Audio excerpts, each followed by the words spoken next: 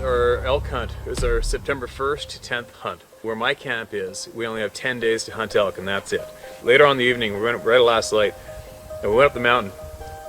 We went and found this big velvet bull, and we smoked him, we got him. And the next day was spent quartering him up and packing him back to camp on the horses. So we got the moose tag checked off. It's about a 2.5 hour ride out to our best elk hole, which is an old burn, because it's called Grizzly Gulch. There's so many grizzly bears in there, it's absolutely ridiculous. It's so thick, you can rarely see over 20 yards straight in front of you. You know, not counting getting up on a knob, which you normally do, and we'll glass across this thing and glass and slides and glass here and try to call stuff up. So what it is, we ride down a main river system, and then we hang a left into a little tributary, a little creek, and it's real tight, a tight valley that dumps into this main valley. It's like going down a hallway, hanging a left in a tight little walk alleyway, and you're riding up along the creek bed, and then as you get in there, it widens out and widens out and widens out into a big kind of like a basin-y type of area, slope up to the sides, creek all the way up from the bottom, flattening out into marsh and muck and stuff that's buried in the willow and spruce out in the middle. And at the widest point across this thing, from height of land to height of land, the widest point is probably maybe a mile or 3/4 of a mile across. And there's patches of spruce in there, there's patches of thick tangled willow, there's old burn, there's lots of burnt spruce logs about that big maximum falling down, crisscrossing, a few silver ones still standing, and there's elk, moose, and shitloads of grizzly bears in there. We were missing a rifle scabbard for a saddle for some unknown reason, I don't know why. So I volunteered up my scabbard for my partner's hunter, and so I was going gunless on, in the Grizzly Gulch. And a lot of my past, a lot of people that know me, hunt with me, especially my guy partners, I don't know why, I haven't a clue why, but all my life, 1 in a million seems to happen to me monthly, from guide season to guide season. I don't know why, it's just the luck I got. I don't do stupid things, I don't set myself up for stupid shit. It's just, for some strange reason, 1 in a million has happened to me numerous times. So we were joking about that fact alone before our day kicked into gear. I'm like, oh good, here we go. No guns for me. Obviously something's gonna happen today. Mark's like, oh yeah, for sure something's gonna happen today with you. I'm like, oh well, here we go. And we ran up, we hung a left, got into the gulch, got up into the burn, and tied up the horses. And I said, hey man, you want to sit here for a bit and we'll glass and see if we can't find an elk or spot a big grizzly bear, and we'll have a little fire here. He's like, okay, right on, sure. Cool. So we're in this burn. The biggest, thickest tree is probably that big in the trunk. That's it. And maybe 15 feet tall. And silver. there's a silver trunks like this left over. There's nothing left to them in the ground. They just fall over nonstop, especially on windy days. We don't want to be in there. And the crisscross silver poles crossed everywhere. There's willow up to here. It's just not very friendly for walking around. And there's definitely no trees to climb if you had to climb one if something really bad was happening. We're sitting there and I'm starting to light this fire. My hunter goes, hey man, check out that moose. And I'm like, where is it? On the side of the valley there. And I look over, and here's this great big huge, I guessed him at 62 to 64 inch wide frickin' bulls. His pans are tipped out like this. And he's only got two big brow tines. I think he only had like 4 or 5 points aside, but super long, old, gnarly, thick pans. Everything's thick and compact and wide and massive body. And his velvet was just starting to hang off in strips like a Medusa monster. And he's frickin' running down the side, way high up, running down the side of the valley, back down to where it tightens up in the bottom, to where we just rode up in that creek on the horse trail. He came from over the height of land up into the gulch with us. So he's about 3/4 of a mile away. He's running downhill, full running. And I'm like, holy shit, look at him go. That was pretty crazy. And I go back to making the fire, and I said to the guy, I go, hey, well, keep an eye open for where that moose came from. And you might get lucky and you might see a few wolves pop up right there, a grizzly bear, because that's the only thing that's gonna make a great big bull like that run in a panic right now, because they're not running. He definitely didn't get in a fight and get beat up, and there's no bull moose running behind him. So I go back to tending the fire, and all of a sudden, probably about 3 minutes later, boom, boom, boom, boom, and here is this bull moose with the velvet and the bloody antlers and the shit hanging off him, and he is standing there. I'm looking up at him. I'm looking up at this moose, and he's like, all out of breath, and he's looking right at me. I grab the hunter's rifle, and I am literally squatted down, pointing the rifle up at this bull moose, swearing at it, going, "Get the fuck out of here, you idiot! Piss off! Get out of here!" And he's looking at me.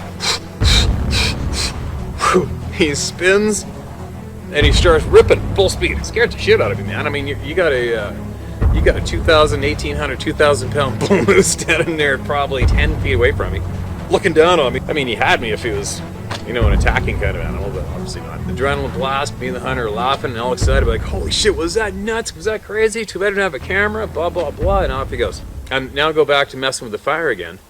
And about, I don't know, not too long after that, Hunter goes, he's from West Virginia, he goes, "Hey man, take a look at that effing bear." "What bear?" "Running where the moose just came from." I'm like, "What?" And here is this frickin' big, mature, grizzly boar. And he is booking, step for step, where that moose had just come from. And he's running on the moose's trail. He's running down the side of the bull, and then he stops, he goes like this. And here he comes, and I'm like, oh shit. I'm like, oh my god. This grizzly bear is going to be 10 feet away from me in like 2 minutes. Max. There's nothing I can do about it, and this is going down. I don't have a gun, and I don't know this guy. I don't know if he's gonna shit himself, throw the gun, and scream. Because I've had that happen. That's another story. My childhood best friend threw the gun and started running on a bear charge, and I had to pick up the gun. That's another story I'll talk about later. So, experience, lesson learned, no taken on that experience previous to this. So you never know how somebody's gonna react when the shit goes down. I've had A-type Vietnam veterans that actually started crying because they didn't want to sneak in on a grizzly bear. They're so freaked out, and they seemed kick-ass tough guys before they went down. So I'm just saying, you don't know how people are going to react. Everybody reacts differently. I got this guy from West Virginia. He's only shot little white-tailed deer ever before in his lifetime. He shot a big moose with me 3 days earlier, and now I have a jacked up, fired up, predator mode, mature mountain grizzly bear galloping in on me, and he is going to be exactly where I'm standing, and he's going to be there in 2 minutes. I know this. The grizzly bear doesn't know this, but this is what's going down, and there's no way getting out of it. And there's no trees big enough for me to climb, ready to climb. There's nowhere I can go to escape. The horses are tied up down the hill. So right away I go, okay, back up from that spot, back up. I wanted to get obviously farther than 10 feet. I want to get more than 10 feet away from where the moose is just standing, because that bear is going to be standing right there. He's going to be there any minute now, any second now. So I wanted to back up at least 10 yards, at least 15 yards.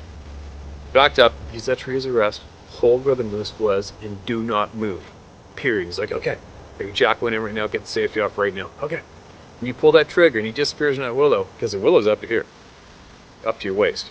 I said, do not make a frickin' sound. I don't want to hear one sound out of you for at least 30 minutes. Period. And that's another story, because in the past I've been in on bear kills where we shot them, laid them out like a rug, sat there and watched them for an hour, and had lunch, and then had to go around above them to get dropped down onto him, lost sight of him, got down to where he was, and they're gone. They're still alive, and all hell breaks loose. And that's another story. When you shoot a great big grizzly in close quarters, he disappears in a willow. Do not make a frickin' sound, unless if he doesn't know you're there, he doesn't know what did that to him. You're gonna be good. He's not gonna get adrenalized. An adrenalized grizzly bear with a bullet hole in him is the worst thing on the planet. It's the worst thing. Period. You do not want a grizzly bear, even if both of his lungs are ripped apart. It doesn't matter. If they get adrenalized, they can go forever. More stories on that later. You just don't want it to happen. That's okay, and you do not. If you shoot a grizzly bear, he knows you did it. His adrenaline's going to be up anyway, but it's going to go 10 times up, because now the number one predator in the woods is right close to him, and he knows we're trying to kill him, and he's going to try to kill you back. 100% of the time. Grizzly bears try to kill you back. So, you pull that trigger, he disappears, do not make a sound for 30 minutes. Get another one in the pipe. He's like, okay. So he's down there aimed at that spot, and I'm backing up. I'm backing up a little more, because I don't have a gun. I don't care who you are. If a 6, 8, 7, 800-pound mountain grizzly bear is on top of another human being and you don't have anything, any kind of a weapon, you tell me what you're gonna do. You're not gonna be able to do anything. You are not going to be able to do anything to a grizzly bear killing your friend without a weapon. You know, you might beat him with a stick. He's gonna do you like a blender. That's all there is to it. So I backed up maybe another 10, 15 feet behind the hunter. I'm standing on a crisscross log. I'm holding on to 2 silver ones. My heart's pumping like a mofo because I don't know what's about to happen. Is he gonna wound him? Is he gonna smoke him and wound him and possibly get in a little bit of a pickle? Is the bear gonna get wounded and dummy both of us? Is he gonna miss? I don't know. But every single one of these thoughts is ripping through my brain rapid fire, and there's nothing you can do about it. I mean, there's no thinking about the situation and getting pre-planned for it. There's no pre-planning and making it absolutely perfect. You're faced with an absolute emergency. It's going down. There's no pressing pause. There's no rewinding. Everything's gotta go down perfectly right now, and you just hope for the best. So we're standing there, and all of a sudden I'm watching my horses, and my horses are about 30 yards down below me. You can just see their heads, and I can see their ears. You can't sneak up on a horse, try it. And you can see their ears are like radar. They're like this, both of them focused in the same spot, and they're going like this, like this, like this, like this, like this. So I'm watching their ears like radar, and the bear is ripping right in front of them, past them, gets up, there he is right where the moose was. So he's running this way. Okay, so if the cameras are us with the guns pointed at the bear's running this way. Then he goes by the horses whether we smelt the horses or saw them in his corner of his eye, going like this. And he's going like that, looking back at the horses. We're right where the cameras are, facing me, the guns, and they can just see just the top front of his shoulders above the willow, his huge neck and his head. And I could see the hunter had a dead rest. The hunter's in front of me, bear's right there. And I just whispered real quiet, neck him. Like, neck him. Boom! Boom! I saw the shot fly.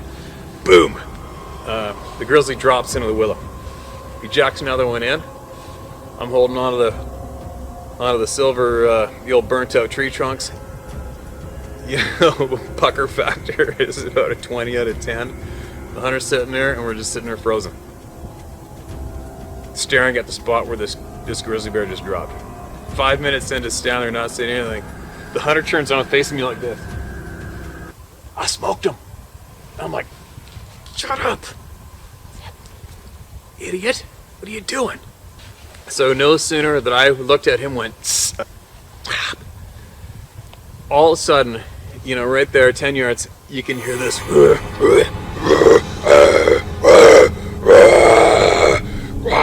And you hear the most evil, angry, brutal, barrel chest voiced rumble through your frickin' soul sound is belting out of the willow right there, like right there, and it's getting louder, and it's getting louder and louder and angrier and louder and angrier. There's probably finger marks in those two tree trunks, and I'm just staring there frozen thinking, holy shit, now what? You know? And there's so many grizzlies in that burn. These are mountain grizzlies too, they're not coastal fish-fed brown bears. This is mountain grizzly bears, and you are not going to get a worse attitude in any predator, mammal, than a mountain grizzly bear in North America. It's not going to happen. The bear's freaking out. The hunter's still standing there, this willow up to like just past your waist, maybe your waist height willow, and you just can't see in front of you. And he's in that willow, and he is going off, and he's not dying. The sounds aren't getting any quieter. It's not slowing down, and he is going ape shit. You know, as the guide, and knowing what can happen, you know what's going down, I'm like, well, okay, do I go up and get the gun? Do I go in there? Should I go up and get the gun off this dude and go in there and smoke this thing? Or do I send him in there? Should I send him in there? Is he gonna shit himself, throw the gun, and have this bear on top of him shredding him? Does the bear know we're there? I don't think so, obviously. And right when this is all going down in like 2 seconds, 3 seconds, these thoughts, and all of a sudden the hunter turns around and goes like this. Y'all want me to go in there and smoke them again? You okay with that? Hell yeah. All right, man. You got one in the tube. Get the safety off. Get your gun up now. And slowly step in on there and do.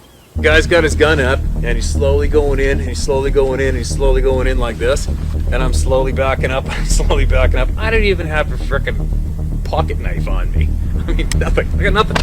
Not even a stick. There's nothing I can do. I'm 100% helpless. I guess I could stand there and scream like a girl guide, but that's about it. So anyways, I'm backing up a little bit, and all of a sudden you see him tense up. Boom! Boom! Shot 3 more times. And then the sound stopped. Shit, thank God. And I go up there. Now get this one. He was shooting a frickin' monster of a gun too. It was a 7mm STW, that's it. Just as frickin' round like a bazooka. But anyway, the bear was facing us. His whole body was facing us. Now remember, he was running that way, and he spun around. Boom. Well, he was facing us, and just as if a 4-wheel drive was stuck in sand and it burned down 4 ruts for all 4 tires, he had 4 burnout marks for all 4 paws, and his nose was folded underneath his body, wrapped under his body all the way to his butthole, because he could not pick up his head, because the hunter, his bullet did not sever the bone. It didn't hit any bone in that neck bone. It had shot a little high, and all of the muscle and all the meat and the muscle in the top of that grizzly's neck was jello and completely blown apart in about the space of a pie plate on top of it. It was all gone. So he didn't even have 1 fiber of muscle fiber left to pick his head up. But he heard us. And you know, you're not gonna, that doesn't kill anything. There's no artery up there. He didn't sever the bone. That sucker was alive. You know, if that bone, it might have skipped, maybe hit one of those little vertebrae or something, because it did a shitload of damage in that meat. It didn't just burn a hole through. Otherwise, you know, it would have been pretty ugly. But the neck bone was not broken. He must have clipped something, you know, on the top of it, a little bit of that vertebrae wing or whatever. He must have, because it was just mulched. The meat on the top of that bear's neck, the muscle was done. He couldn't pick up his head. He's trying to charge us, but his head is folding underneath his body, and he's going like this. The frustration that frickin' bear must have been ridiculous. But that's what happened. So, yeah, we got the bear, and sure enough, the one day that I leave camp without my rifle scabbard, without my gun, another 1 in a million encounter, another 1 in a million experience happen. I mean, what are the chances? A 60-inch plus bull comes running in, stands there, looking down at him for 10 feet, and 3 minutes later, it was a 7'6", I think it's 7'6" boar grizzly bear, decent boar. And next thing you know, you got a mature grizzly boar chasing the moose and landing in our laps at 10 feet. I mean, there you go. Another 1 in a million hunt story. Anyways, again, check out my hunting apps on the iTunes, on the App Store. Just Google Big Game Hunting, Bad Hunt Outdoors, or else Blacktail Hunter. And have a look if you want to collect up some of the numerous years of experience we've got on there, and you can utilize it in the mountains, anywhere on the planet, build the internet connection. There you go, hunt stories. Another one. They're crazy.